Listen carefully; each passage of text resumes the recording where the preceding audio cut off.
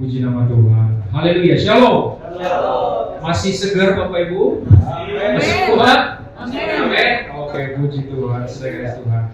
Baik, sore hari ini saya ingin membagikan kebenaran, saya ingin menyiram saudara dengan air kehidupan dengan judul berlayar bersama dengan Yesus. Sama-sama katakan, berlayar bersama Yesus. Nah saudara, dalam hidup saudara pasti ada sebuah bahtera yang dititipkan Tuhan. Apakah itu bahtera keluarga, apakah itu bahtera pekerjaan, kantor perusahaan saudara, atau bahtera gereja ini. Nah saudara kasih Tuhan yang saudara perlu tahu bahwa nahkoda atau pemimpin dalam bahtera yang dititipkan kepada saudara itu bukan saudara, tapi Tuhan Yesus. Jadi sebabnya judulnya adalah berlayar bersama dengan Yesus. Saya ingin membagikan ini dari Markus pasal 4. Kita akan baca dari ayat ke-35 sampai ayat yang ke-41. Markus pasal yang ke-4, ayat yang ke-35 sampai ayat yang ke-41. Kita lihat, agar kita akan lihat konteks ini ayat per ayat, saudara Tuhan, bagaimana kita dibawa oleh Yesus berlayar bersama dengan Dia. Judul berikutnya adalah angin ribut diredakan. Saya percaya Bapak Ibu konteks ini sudah Bapak Ibu sering dengar. Tapi saya berharap saya bisa memberikan sebuah pengalaman yang baru, ya, sebuah pengalaman yang baru terhadap konteks ini. Ayat yang ke-35, pada hari itu, waktu hari sudah petang, Yesus berkata kepada mereka, marilah kita bertolak ke seberang. Ayat ini dimulai dengan sebuah perintah Yesus, mari kita bertolak ke seberang.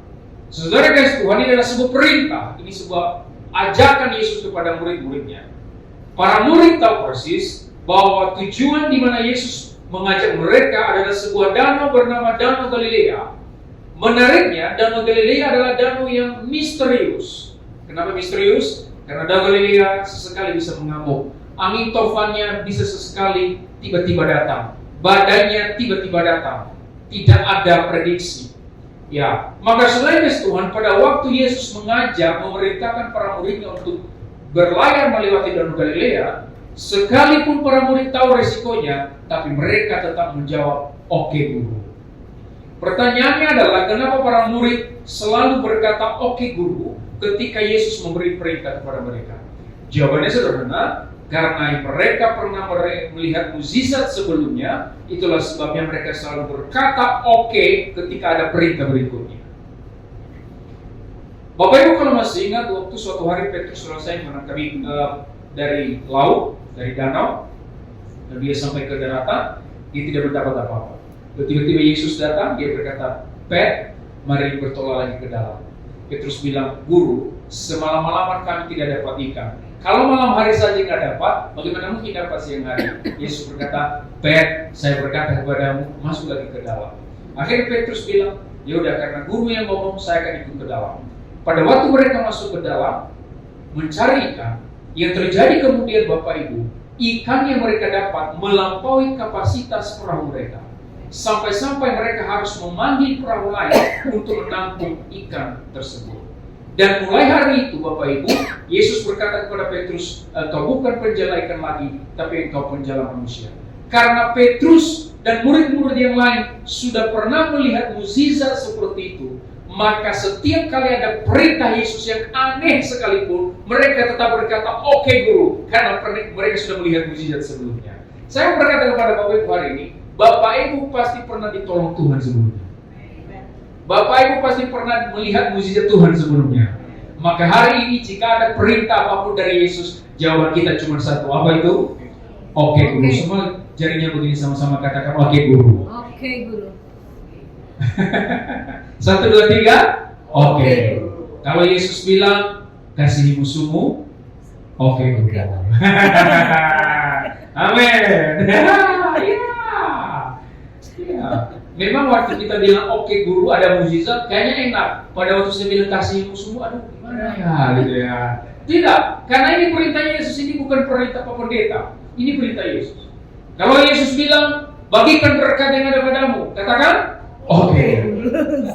Kenapa harus oke guru? Karena kita sudah ditolong Tuhan. Karena kita sudah pernah melihat mukjizat Tuhan. Maka karena kita sudah pernah melihat mukjizat Tuhan, kita harus selalu mengikuti perintahnya. Ayat ke-36, Mereka meninggalkan orang banyak itu lalu bertolak dan membawa Yesus beserta dengan mereka dalam perahu di mana Yesus telah duduk, dan perahu-perahu lain juga menyertai Dia. Bapak Ibu, murid-murid mempunyai kekuatan yang baru.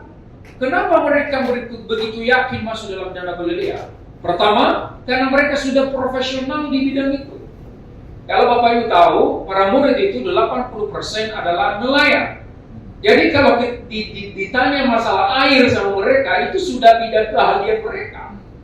Itulah sebabnya pada waktu Yesus mengajak mereka ke danau, mereka bilang, kalaupun ada masalah nanti di depan, ya pastilah kita bisa mengatasinya. Toh kita sudah bertahun-tahun menjadi nelayan. Artinya ini masih di dalam jangkauan keahlian kita. Yang kedua, ada Yesus dalam perahu itu.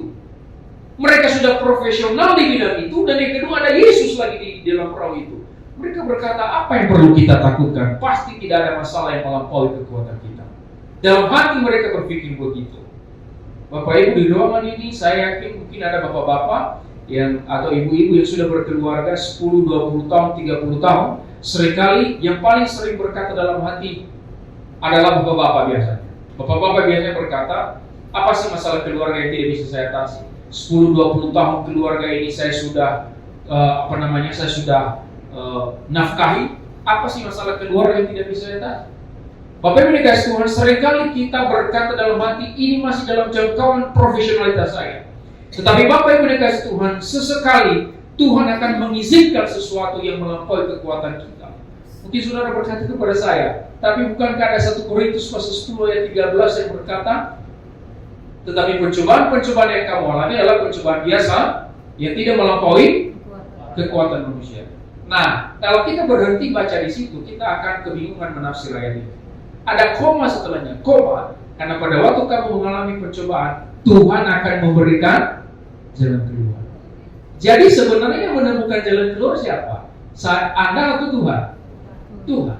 Berarti sometimes ada masalah yang melampaui kekuatanmu, tapi pada akhirnya tidak melampaui kekuatanmu karena Tuhan ada di pihakmu. Jadi ini bukan tentang kamu, ini tentang Tuhan. Karena Tuhan yang memberikan jalan keluar, saudara. Kalau Bapak Ibu misalnya sering nge-gym, ya, Bapak Ibu nggak mungkin mau hanya bisa mengangkat beban 5 kilo sampai selesai nge-gym. Sampai berpuluh-puluh tahun nge-gym hanya bisa angkat beban 5 kilo.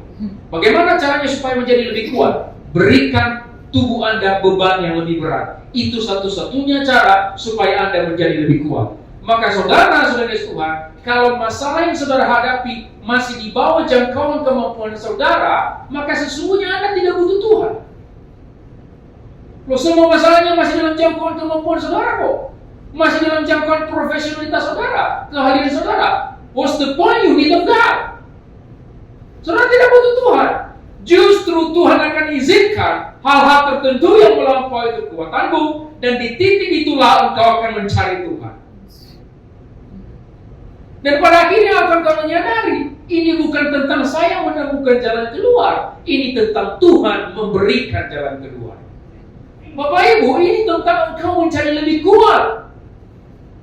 Seumur hidup engkau mengalami pertumbuhan, maka engkau harus diberikan sebuah tantangan. Akhirnya Bapak Ibu, tiba-tiba ayat ke-37, lalu mengamuklah taufan yang sangat dahsyat, dan ombak menyembur masuk ke dalam perahu, sehingga perahu itu mulai penuh dengan air. Tiba-tiba masalah yang menghampiri para murid melampaui profesionalitas atau keahlian mereka. Masalah yang menghampiri para murid melampaui kemampuan mereka. Saudara dikasih, mengamuklah taufan yang sangat dahsyat, ombak menyembur masuk ke dalam perahu. Ini sudah melampaui kemampuan profesionalitas mereka sebagai nelayan. Nanti di ayat berikutnya mereka sampai berkata, Guru, engkau tidak peduli kalau kita binasa. Ya, kalau di ayat yang ke-38, pada waktu itu Yesus sedang tidur dimuridkan di sebuah tilam, maka murid-murid yang membangunkan dia dan berkata kepadanya, Guru, engkau tidak peduli kalau kita binasa. Saudara, saya pernah cerita kepada saudara ya, saya tahun 2020 itu kena penyakit gastritis. Waktu saya kena penyakit gastritis, saya hampir 2 tahun mengalami sakit penyakit itu.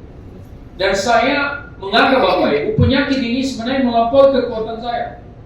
Kenapa Bapak Ibu? Karena kalau dia kambuh itu di sini kram yang mengeras, dada kemudian sesak, panas ya, leher kayak dicekik, ya kepala kayak mau pecah, dan itu saya sesak nafas luar biasa. Waktu saya mengalami sakit penyakit itu, saya sering di kamar mandi, saya bunyikan air supaya keluarga saya tidak mendengar saya nangis di dalam kamar mandi. Dan saya tidak tahu lagi apa yang perlu saya doakan. Yang saya doakan di kamar mandi itu cuma satu, sampai kapan Tuhan? Karena saking sakitnya, saya berkata sampai kapan Tuhan? Bagi saya ini sudah melampaui kekuatan. Dan bukan hanya sekali dua kali, saya berkata kepada Tuhan, Tuhan, ke dalam tangan-Mu kuserahkan nyawaku. Mungkin lebih baik aku kembali kepadamu daripada aku menderita seperti ini seumur hidup saya. Sampai di titik saya mengalami titik itu, saya mengatakan kepada Tuhan, mungkin lebih baik saya kembali kepadamu. Karena saya merasa ini sudah melampaui kekuatan saya. Tetapi Bapak Ibu dikasih Tuhan, disitulah saya menyadari, mungkin masalah yang menghampiri saya melampaui kekuatan saya, tapi satu hal, tidak pernah melampaui kekuatan Tuhan. Tidak pernah melampaui kekuatan Tuhan Bapak Ibu. Pada waktu itu Tuhan datang menghampiri saya, dan disitu saya sering berjumpa dengan Tuhan di dalam doa. Di titik terendah saya di lembah kelam itulah saya justru bertemu dengan Tuhan. Bapak Ibu, pada waktu itu Yesus sedang tidur di buritan di sebuah tilam. Ini Yesus tidur loh. Bapak Ibu yang pernah naik kapal, pasti Bapak Ibu tahu persis bahwa tidur di perahu yang kena ombak itu sebuah hal yang mustahil. Ya, saya itu dulu sering naik kapal dari Nias menuju Sibolga. Itu kalau ada badai Bapak Ibu, mustahil kita bisa tidur. Jangankan di perahu Bapak Ibu, di pesawat aja deh. Saya nggak bisa tidur di pesawat Bapak Ibu. Saya heran kalau ada orang yang bisa tidur di pesawat. Saya tidak tahu Bapak Ibu, tapi saya tidak bisa tidur di pesawat. Mau saya tutup mata pura-pura tidur aja. Ya, saya pura-pura tidur aja. Dan saya yakin sebenarnya sebagian besar orang di pesawat itu pura-pura tidur. Sebenarnya nggak bisa tidur itu semua. Ayo ngaku gitu. Saudara, jangankan di kapal laut, di pesawat aja kita nggak bisa tidur loh saudara. Apalagi di kapal yang ombak gitu. Artinya apa? Tidak logis Yesus tidur. Saya mau katakan kepada Bapak Ibu ya, Yesus bukan ketiduran karena kecapean. Yesus bukan ketiduran karena kelelahan di dalam perahu itu. Yesus sengaja tidur. Garis bawahi kata sengaja. Karena orang yang bisa tidur di tengah-tengah ombak di atas kapal, itu orangnya pasti sengaja tidur. Dia nggak mungkin tidur secara normal. Maka Bapak Ibu ketika setiap kali Yesus melakukan sesuatu yang aneh, itu artinya dia sedang mempersiapkan mukjizat yang lebih besar. Dari mana kita tahu? Banyak peristiwa di dalam Alkitab. Suatu hari sahabatnya Lazarus sakit, lalu Marta dan Maria mungkin telepon Yesus, kalau ada telepon pada waktu itu misalnya. Yesus, sahabat Lazarus sedang sakit, sekarang sudah mau mati. Yesus bilang, oke, saya akan pulang. Bapak Ibu tahu apa yang terjadi? Sampai 4 hari kemudian Yesus nggak pulang-pulang. Kalau ada pendeta, misalnya hari ini Bapak Ibu telepon Pak Pendeta bilang, Pak Pendeta tolong doakan anak saya. Ya, lagi di rumah sakit, tolong doakan. Pak Pendeta baru datang 4 hari kemudian. Apakah Bapak Ibu masih mau bergereja di gereja itu? Tapi Yesus pernah melakukan itu. Dia sengaja, kita mencatat dalam Yohanes 11, Yesus sengaja menunda untuk pulang. Ternyata Bapak Ibu yang terjadi kemudian ketika dia sampai di Betania, dia sampai di depan kuburan Lazarus, dia berkata kepada Lazarus di dalam kubur itu, dia berkata, Lazarus, come out. Lazarus, keluarlah. Maka Lazarus keluar masih tertutup kain kafan, dia berjalan seperti pocong. Jadi sebenarnya pocong itu bukan punya orang, itu punya kita. Pocong itu pertama kali ada di dalam Alkitab. Siapa namanya? Lazarus. Ya, dia keluar dengan masih tertutup kain kafan. Yesus berkata, Lazarus, kamu bangkit. Sudah waktunya kamu bangun. Saya mau tanya kepada saudara, kalau Yesus sampai tepat waktu pada waktu dia ditelepon, Lazarus akan sakit sembuh, dia tidak jadi mati. Tapi pertanyaannya kemudian, mana mukjizat yang lebih besar yang akan disaksikan oleh orang Israel? Orang sakit sembuh atau orang mati bangkit? Kalau Yesus pulang tepat waktu, orang Israel hanya akan melihat mukjizat Lazarus sakit sembuh. Tapi karena Yesus sengaja menunda kepulangannya, orang Israel menyaksikan mukjizat yang tidak pernah mereka melihat sebelumnya. 4 hari orang sudah mati, tiba-tiba bangkit dari kematian. Berikan kemuliaan bagi nama Tuhan. Saya percaya satu hal ini, saudara kasih Tuhan. Setiap kali Yesus mungkin menunda doamu, mungkin doamu belum terjawab hari ini, saya percaya Dia sedang mempersiapkan mukjizat yang lebih besar bagimu. Dia sedang mempersiapkan berkat yang lebih baik bagimu. Itu yang saya percaya. Saya sudah mengalami itu dalam kehidupan saya berkali-kali. Dia sedang mempersiapkan engkau berkata, praise God, praise Jesus. Saya baru mengerti sekarang kenapa engkau sengaja menunda berkatmu. Kenapa engkau sengaja menunda kehadiran dalam peristiwa masa lalu. Saudara kasih Tuhan, Yesus melakukan ini dengan sengaja karena Dia punya desain. Dia sengaja melakukannya karena Dia punya rencana.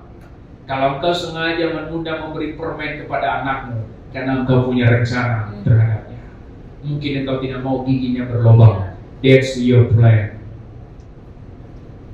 Kalau engkau sengaja menunda memanjakan memberi uang kepada anakmu, engkau punya planning terhadap anakmu itu. Mungkin engkau tidak mau dia menjadi manja sampai dewasa.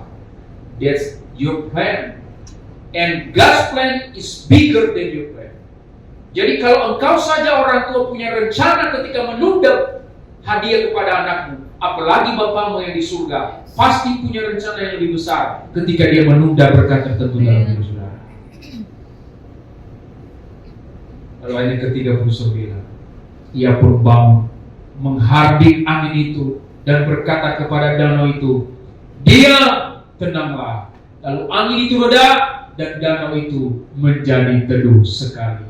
Ketika Yesus berfirman, danau itu tiba-tiba diam, danau itu tiba-tiba teduh sekali. Ketika Yesus berfirman, tidak ada satu makhluk pun di dunia ini, di alam semesta ini, yang mampu menghalangi firman-Nya. Ketika Dia berkata diam, maka diam. Ketika Dia berkata tenang, maka tenang. Ketika Dia berkata bangkit, maka pasti bangkit. Saudara, ini perkataan Yesus. Waktu saya sakit itu Bapak Ibu tahun 2020, saya pulang ke Nias. Ya, habis di endoskopi, saya pulang ke Nias. Saya memilih untuk resting di Nias. Waktu saya sampai di Nias, saya ditelepon oleh banyak gembala. Pastor Joy, jangan lupa ke gereja kami ya. Jangan lupa ke gereja kami ya. Dia bilang oke, padahal mereka tahu saya lagi sakit tapi mereka tidak peduli. Ya, udah gitu jalan-jalannya gitulah ya. Karena ini kan pendeta dari Jakarta. Itu judulnya gitu, pendeta dari Jakarta. Nanti dikasih spanduk, Pastor Joy baru, pendeta dari Jakarta. Padahal baru juga, orang Nias juga gitu ya. Tapi ya udah saya bilang oke. Saya pikir waktu itu mungkin juga nanti kecewa mereka kalau tidak diikuti. Akhirnya Bapak Ibu tahu kan di Nias itu naik ke tempat pelayanan itu naik motor dan jalannya itu bebatuan. Jadi goyang-goyang di atas di atas motor. Sampai tangan-tangan sakit. Tapi saya lewati waktu itu. Suatu hari saya selesai khotbah di sebuah gereja, saya turun. Lalu tiba-tiba ada satu bapak-bapak menghampiri saya. Dia tahan saya, dia berkata, "Pak Pendeta, saya minta nomor teleponnya." Lalu saya berikan nomor telepon saya. Yang terjadi kemudian, beberapa hari kemudian, dia tiba-tiba telepon saya. Dia berkata, "Pak Pendeta, shalom Pak Pendeta." Saya berkata, "Shalom. Ini yang meminta nomor Bapak yang minggu lalu." "Oh iya, shalom Pak." "Kenapa Pak? Apa yang bisa saya bantu?" Dia berkata, "Pak Pendeta bisa ke rumah sekarang?" Saya bilang, "Kenapa Pak?" "Begini Pak Pendeta, saya punya adik umur 50-an, tapi masih muslim. Oke? Adik saya ini Pak, sudah sakit lumpuh. Jadi ceritanya Bapak Ibu, ternyata adiknya itu lumpuh total, jadi tidak bisa duduk. Jangankan duduk, goyang kiri kanan aja dia nggak bisa. Jadi ada saraf apa yang di punggungnya itu sudah benar-benar rusak parah, sehingga goyangannya nggak bisa. Dia pokoknya hanya terbaring begini di tempat tidur." Saya bilang, "Lalu Pak," dia berkata, "itulah sebabnya saya telepon Pak Pendeta supaya Bapak bisa mendoakan ke rumah saya." Saya berkata, "Kenapa saya yang ditelepon Pak? Kenapa bukan Pak Gembala? kan punya gembala kan, kenapa saya ditelepon? Dia jawab begini kepada saya, Roh Kudus bilang di hati saya harus telepon Bapak. Jadi Bapak Ibu yang mau nembak pendeta bilang aja dari Roh Kudus. Dia bilang Roh Kudus bilang sama saya harus telepon Bapak. Saya bilang dalam hati ini dari Roh Kudus tidak bisa ditolak. Akhirnya, tapi saya pikir begini, ini orang kan masih Muslim. Itu yang pertama. Yang kedua, ini sakitnya bukan sakit gigi, ini bukan sakit perut, ini lumpuh total. Ini bagaimana ini? Saya bilang sama Bapak itu, Pak, boleh nggak saya doa puasa dulu sebelum ke sana? Bapak itu bilang, jangan. Saya akan jemput Bapak sekarang. Kurang lebih 10 menit kemudian Bapak Ibu dia sudah sampai di depan rumah. Dia bilang, ayo Pak Pendeta, kita jalan. Jadi Bapak Ibu yang mau nembak pendeta yang kedua, langsung jemput ke rumahnya. Bapak Pendeta tidak bisa tolak lagi. Jadi dia jemput saya naik atas motor. Sampai di rumahnya itu benar. Ada bapak-bapak umur 50-an tergeletak, udah kurus. Kayak menjelang ajaran itu. Udah kurus begini. Ya. Saya langsung tembak, Bu. Saya hampiri bapak itu, saya tembak dia langsung. Saya bilang, Bapak mau sembuh? Dia berkata, mau Pak Pendeta. Terima Yesus. Langsung tembak. Dia berkata, oh tunggu dulu Bapak. Buktikan dulu Bapak sakti. Dia bilang begitu sama saya. Karena ternyata Bapak Ibu sebelum saya datang, sudah ada ustadz sama kiai datang. Waktu didoakan tidak sembuh. Setelah tidak sembuh, dipanggil dukun-dukun. Dukun-dukun di Nias itu jago-jago. Hebat-hebat loh dukun-dukun di Nias. Dukun-dukun datang, tidak sembuh juga. Jadi dia bilang dalam hati, kiai tidak jago, ya kan? Ustadz tidak jago, tidak sakti, dukun tidak sakti. Nah mungkin Pak Pendeta ini sakti. Jadi dia berkata, buktikan dulu Bapak sakti. Nanti kalau saya sembuh, saya pasti mau percaya kepada Yesus. Wah, saya bilang dalam hati, bagaimana ini? Dia kan? Akhirnya saya bilang sama dia, bukan begitu cara kerjanya Pak. Cara kerjanya seperti ini. Bapak terima dulu Yesus sebagai Tuhan dan Juru Selamat, buka hati. Nah, kalau Bapak sudah buka hati ini, ada Yesus di dalam, mukjizatnya lebih gampang masuk. Kalau Yesus belum ada di dalam, nggak ada yang buka pintu. Saya bilang nggak ada yang buka pintu nanti kalau Yesus belum ada di dalam. Yesus harus masuk dari nanti. Kalau Yesus sudah di dalam, dia yang buka pintu untuk mukjizat masuk. Karena Yesus sendiri yang bawa mukjizat itu. Gimana Bapak mau sembuh nggak? Dia berkata, ya udah deh Pak, yang penting saya sembuh. Dia bilang, oke. Dia bilang dari tadi gitu ya. Akhirnya dia bilang, oke. Sebelum Bapak didoakan, Bapak harus pengakuan dosa dulu. Panggil anak-anak dan istri. Anak-anaknya datang, istrinya tidak mau datang. Karena istrinya cukup fanatik. Dia nggak mau lihat pendeta. Dia nggak mau lihat pendeta. Anaknya datang, Bapak maafin kalau kami punya salah selama Bapak hidup. Ya, maafkan kami. Lalu orang itu bilang sama anak-anaknya, maafkan Papa juga. Semua kesalahan saya di masa-masa lalu, maafkan saya. Kiranya Tuhan mengampuni kita. Saya bilang Tuhan Yesus yang mengampuni. Kiranya Tuhan Yesus yang mengampuni. Terakhir dia bilang begini sama anak-anaknya, maafkan Papa kalau jadi Kristen nanti. Kalau sebulan jadi Kristen kan? Oke, ya udah. Bapak sudah selesai berdoa, sekarang Pak, Bapak harus dibaptis. Dia berkata kepada saya, gimana saya dibaptis Pak? Saya kan nggak bisa ke sungai. Saya bilang itu bukan masalah. Saya bilang sama anak-anaknya, ambil ember yang cukup besar, masukkan air bersih ke dalamnya. Buat apa Pak Pendeta? Saya bilang ambil aja dulu. Ya, sama seperti Yesus menyuruh para pelayan di peristiwa Kana. Ya, masukkan ke pelayan. Saya seperti Yesus waktu itu.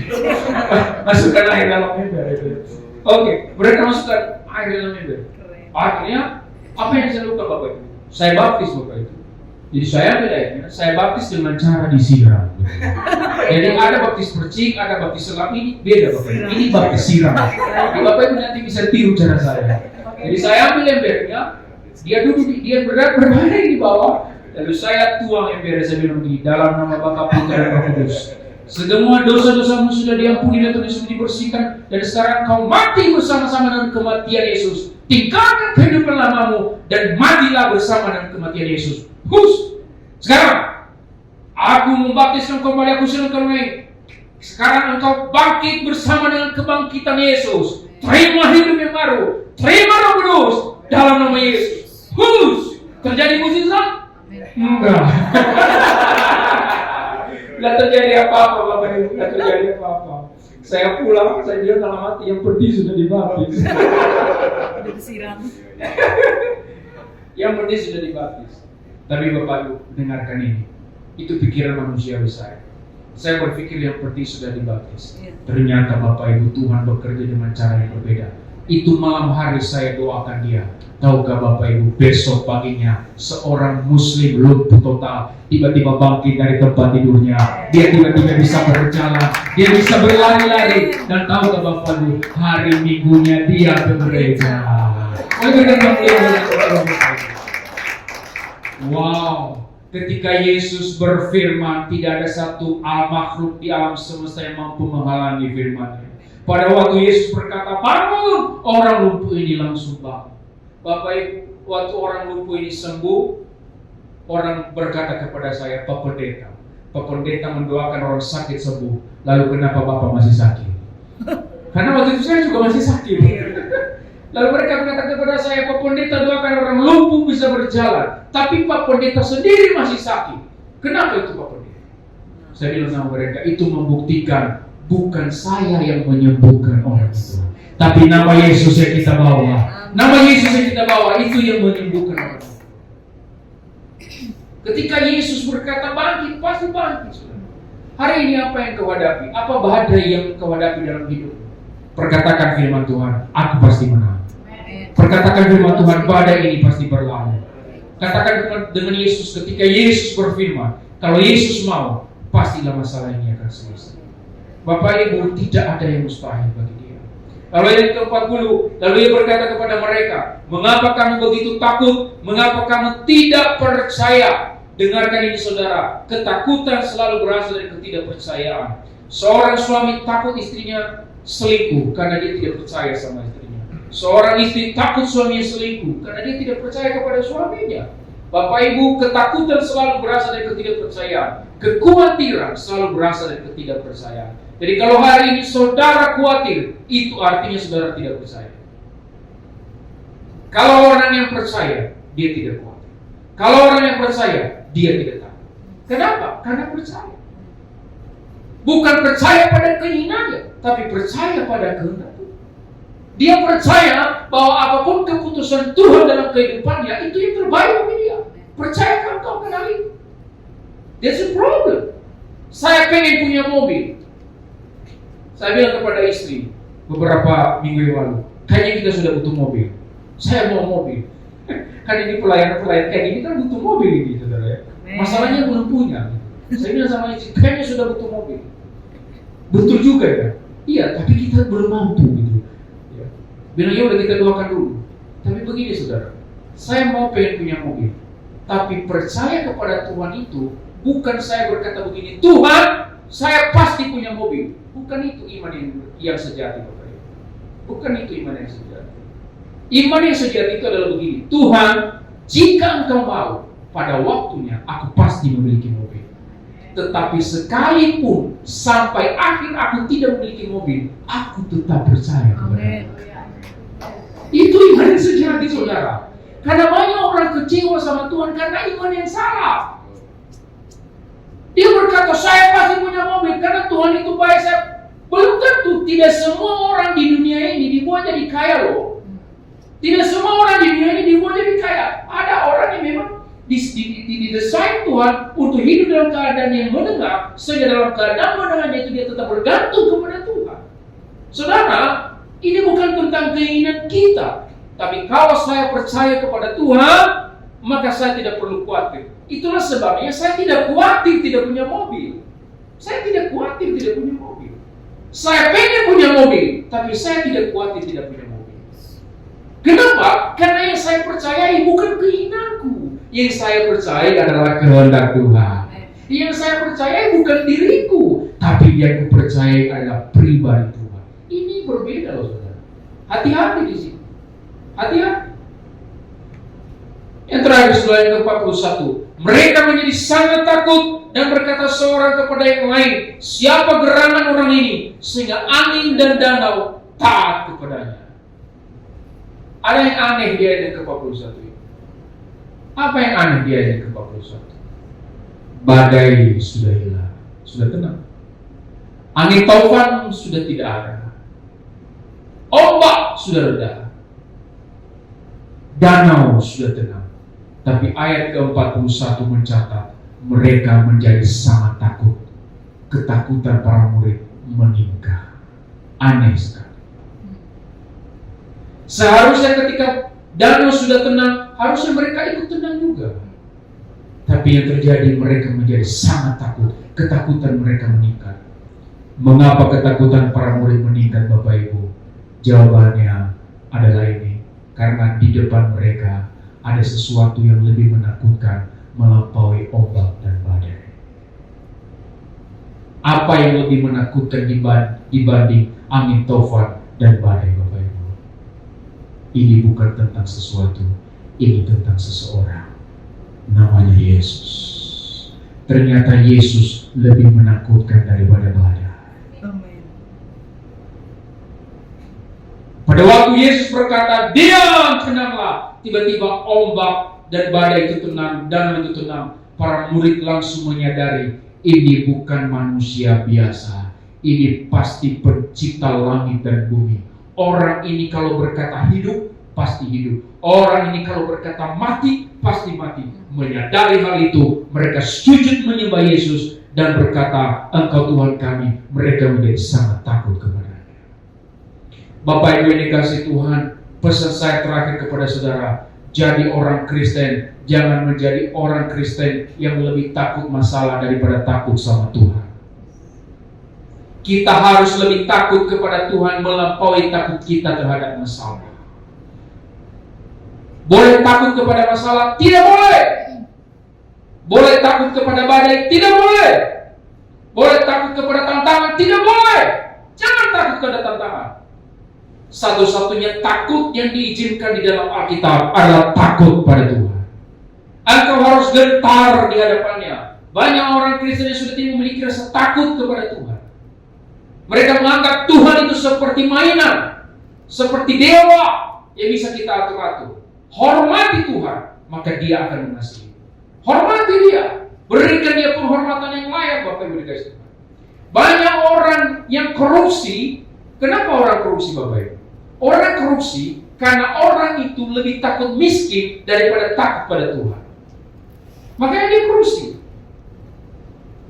Ya, banyak orang itu melakukan dosa. Jadi pada dasarnya Bapak Ibu, hampir semua dosa yang kita lakukan itu karena kita tidak takut pada Tuhan. Kita lebih takut masalah daripada takut pada Tuhan. Bapak Ibu, akhir dari ayat ini memberi kita pesan bahwa kita harus menjadi lebih takut pada Tuhan daripada takut kepada masalah. Saudara, apa tujuan semua kegiatan ini? Saudara membuat 3 kali ibadah di gereja ini, 5 kali sama hari Kamis sama hari Jumat. Apa tujuan? What's the point? What's the point? Apa tujuan semua pelayanan ini? Anda menjadi pemain musik, saya menjadi pengkhotbah, istri saya menjadi seorang worship leader, saudara hadir setiap hari Minggu di gereja. Apa tujuan semua ini? Kita melakukan semua ini. Tujuan semua kita melakukan ini, Bapak Ibu, tujuan akhir dari semua kegiatan rohani ini, tujuannya cuma satu, menghasilkan orang-orang yang semakin takut akan Tuhan. Amen. Kalau Anda terus melayani, tapi Anda tidak semakin takut akan Tuhan, ini semua sia-sia. Ini semua sia-sia. Lebih baik kita stop. Tapi kalau kegiatan rohani ini membuat Anda semakin takut akan Tuhan, saudara semakin takut akan firman-Nya, maka terus lakukan kegiatan ini. Itu artinya kegiatan rohani ini menghasilkan buah yang baik dalam hidup saudara. Dan ketika orang takut sama Tuhan, orang itu tidak takut terhadap masalah. Orang yang takut pada masalah itu karena nggak takut Tuhan, makanya takut masalah. Tapi orang yang takut Tuhan tidak akan takut masalah. Ya, percaya katakan amin. Boleh berikan kemuliaan kepada Tuhan. Mari kita masuk dulu. Aku punya Tuhan yang Tuhan yang besar, Ia telah berjanji dan sanggup menggenapi. Imanku bersepakat percaya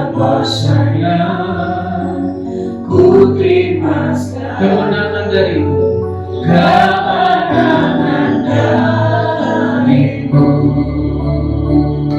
Aku punya Tuhan, aku punya Tuhan yang besar, yang telah berjanji dan sanggup menggenapi firman-Ku. Bersepakat percaya kuasa-Nya, ku terima sekarang kemenangan darimu. Ayo katakan saudara, sekali lagi, aku punya Tuhan, aku punya Tuhan yang besar, yang telah berjanji dan sanggup selalu menggenapi firman-Nya dalam hidup. Jangan lupa, percaya kuasa-Nya, ku dilaksanakan. Yang percaya pernyataan Tuhan dalam hidup, lebih semua katakan, aku punya Tuhan. Percaya kau dan kau sudah berlayar bersama dengan Yesus. Dia terpuruk kehidupanmu, dia memimpin hidupmu, dia melewati badai, melewati tantangan kehidupanmu. Kau percaya kuasa-Nya, ku terima sekarang darimu kemenangan darimu. Saya berdoa kepada saudara di depan ini, siapapun saudara yang mungkin sedang menghadapi badai-badai tertentu dalam hidupmu, ombak angin taufan yang saya tidak tahu berbeda-beda dalam kehidupan kita masing-masing. Tapi hari ini percayakan kepada firman Tuhan bahwa engkau berlayar bersama dengan Yesus, dan nahkoda atas kapalmu adalah Yesus itu sendiri. Dan ketika Dia berfirman, maka tidak ada satu makhluk pun yang menghalangi firman-Nya. Engkau hari ini akan diberi kemenangan, engkau akan diberi kelepasan, diberikan berkat baru berlimpah-limpah di dalam nama Yesus. Terima kasih ya Bapa, inilah kami ya Tuhan anak-anak-Mu. Biar firman-Mu berbuah 30, 60, bahkan 100 kali lipat dalam kehidupan kami sehari-hari. Berkati anak-anak-Mu, berikan mereka kekuatan, mereka pulang dengan damai sejahtera, dengan hati yang baru, karena Engkau hadir di dalam hidup mereka. Dalam nama Yesus, semua yang percaya, mari sama-sama kita katakan, amin.